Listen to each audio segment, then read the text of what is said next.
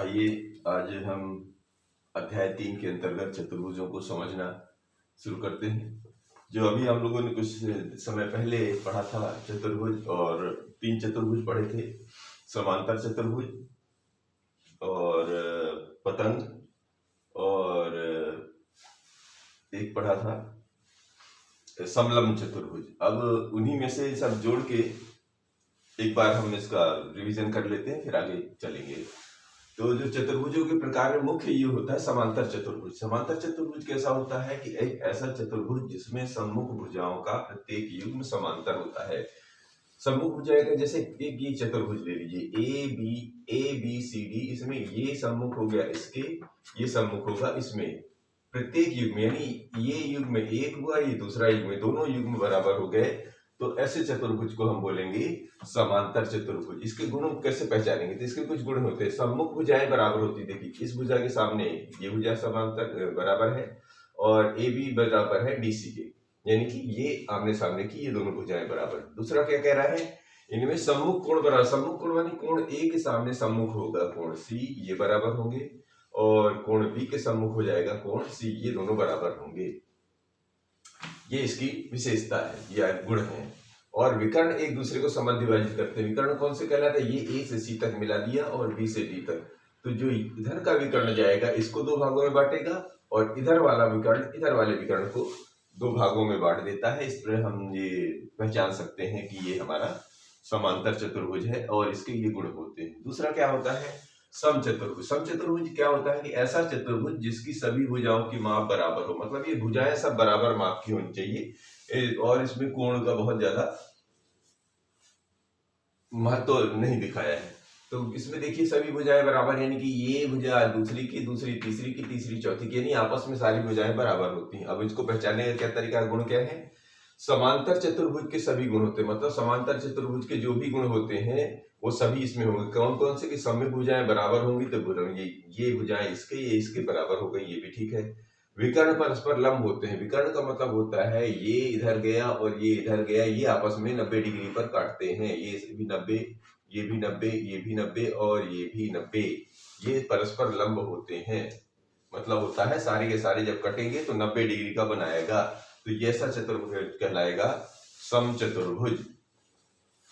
अब तीसरा आता है आयत। आयत क्या होता है? एक ऐसा समांतर चतुर्भुज जिसमें एक कोण समकोण हो। ये समांतर चतुर्भुज बना हुआ है KLMN, एक समांतर चतुर्भुज बनाने की कोशिश की है, और उसमें क्या कह रहा है कि जिसमें एक कोण समकोण। यदि हम इसको यही इसी चतुर्भुज को हमने क्या कर दिया है, 90 डिग्री का बना दिया है, तो क्या है इसमें समांतर चतुर्भुज? सम्मुख कोण बराबर है, तो ये इसके बराबर है, ये सम्मुख कोण इसके बराबर, ये इसके बराबर। फर्क ये था कि इसके कोण अलग टाइप के दिखते थे, लेकिन इसमें कहा कि एक कोण समकोण कर दो, तो ये एक कोण समकोण हो गया। जैसे ही ये समकोण होता है तो ये आकृति ग्रहण कर लेती है, मतलब सम्मुख कोण बराबर हो जाते हैं, सम्मुख कोण भी बराबर हो जाते हैं, और आमने सामने की भुजाएं भी बराबर हो जाती हैं। और क्या होते हैं? विकर्ण भी, ये देखिए एक दूसरे को समद्विभाजित करते लगते हैं, यानी कि दोनों को बराबर बराबर, इधर वाला इसको दो भागों में बांटेगा, इधर वाला इसको दो भागों में बांटता है। तो इसके जो गुण है देखिए कुछ ऐसे होते हैं कि समांतर चतुर्भुज के सभी गुण होते हैं। दूसरा, प्रत्येक कोण समकोण होता है। इन समांतर चतुर्भुज के तो सभी गुण हो ही गए। कैसे? ये इसके समांतर हो गया, ये इसके समांतर हो गया, ठीक है। और प्रत्येक कोण समकोण होता है। यदि एक कोण समकोण हो गया और ये सारे सारे आपस में सम्मुख कोण बराबर, सम्मुख भुजाएं बराबर हो गए, तो क्या होगा? ये कोण इसके सम्मुख का कोण ये 90 डिग्री हो जाएगा। जब दो 90 डिग्री हो गए तो ये इसके सम्मुख भी 90 डिग्री, मतलब ये इसके रैखिक युग्म बनने के कारण 90 हो जाएगा, ये इसके 90 रैखिक युग्म बनने के कारण 90 हो जाएगा।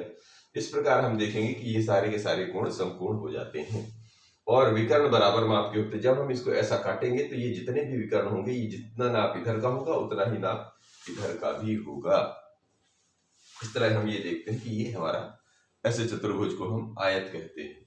और एक आता है वर्ग। वर्ग का मतलब होता है इसी आयत को अगर हम चिपका के बिल्कुल ऐसा कर दें कि जितना ये लंबा है उतना इधर ये लंबा है, इतना इतना। देखिए ऐसा आयत, एक आयत जिसकी सभी भुजाएं बराबर होती हैं। इसी आयत को क्या कर दिया है?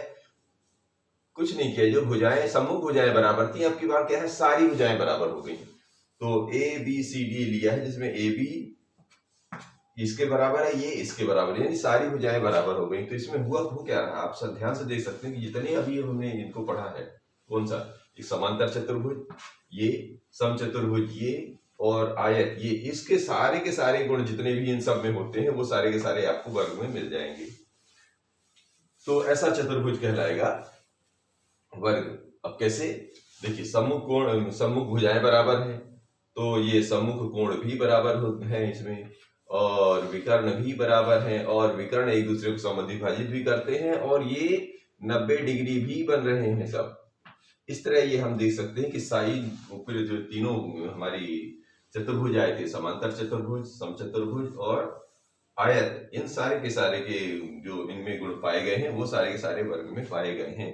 इनको याद इसलिए रखना है क्योंकि अभी जो हमारे क्वेश्चन आएंगे उनमें इन सब का इस्तेमाल करना पड़ेगा, इसलिए थोड़ा सा हमें इसे ध्यान भी रखना पड़ेगा।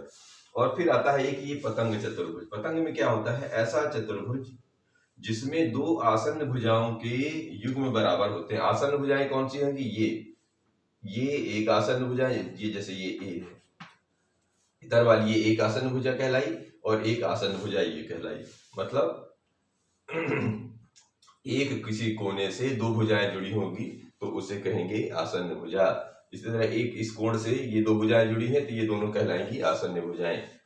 तो अगर ऐसा चतुर्भुज है जिसमें ये भुजा इसके बराबर है और इधर वाली भुजा इसके बराबर है तो हम ऐसे को बोल देते हैं पतंग चतुर्भुज। और ये पतंग चतुर्भुज का जो हमारा गुण है वो क्या होता है कि विकर्ण एक दूसरे पर लंब होते हैं। ये जो विकर्ण है ये यहाँ से जाएगा यहाँ तक और ये यहाँ से यहाँ तक जाएगा। देखिए ये विकर्ण इस पर लंब है और ये वाला इस पर लंब है, और विकर्ण एक दूसरे को समद्विभाजित करता है। मतलब एक विकर्ण दूसरे को, मतलब विकर्ण एक यानी ये वाला, एक विकर्ण ये वाला इस दूसरे वाले विकर्ण को समद्विभाजित करता है। समझ में आएगी, मतलब दोनों नहीं करते हैं, ये वाला इस वाले को करते हैं। ये बड़ा वाला विकर्ण इस छोटे वाले विकर्ण को समद्विभाजित कर रहा है इस फोटो में, यानी एक विकर्ण दूसरे को समद्विभाजित करता है, दूसरा और पहले वाले से समद्विभाजित होगा ऐसा जरूरी नहीं है, इसमें ध्यान ये रखना है। तो इसको इसी में तीसरा गुण बता दिया स्पष्ट करने के लिए कि कोण बी कोण डी के बराबर होता है। एम कोण का मतलब क्या होता है, एम का मतलब होता है मेजर करना, मेजर मतलब होता है नापना। तो कोण बी कोण डी के बराबर, कोण बी हमेशा कोण डी के बराबर होगा, यानी जहां सम्मुख ये आसन्न भुजाएं दूसरी आसन्न भुजाओं वाले युग्म से मिलेंगी तो जो कोण बनेगा वो सम्मुख कोण कहलाएगा। तो ये इसका सम्मुख कोण ये और ये दोनों आपस में बराबर होते हैं, लेकिन ये वाला इसके बराबर होगा ये जरूरी नहीं है, ये इसकी मुख्य कंडीशन है। यानी एक तो बराबर होंगे ही होंगे, दूसरा वाला बराबर नहीं होगा, यानी कोण ए कोण सी के बराबर नहीं होगा। ये इसका जो है हमारा चतुर्भुजों का गुण होते हैं। उम्मीद है कि आपको ये सभी समझ में आई होंगी और इनका भी हमें आगे चल के इस्तेमाल करना है।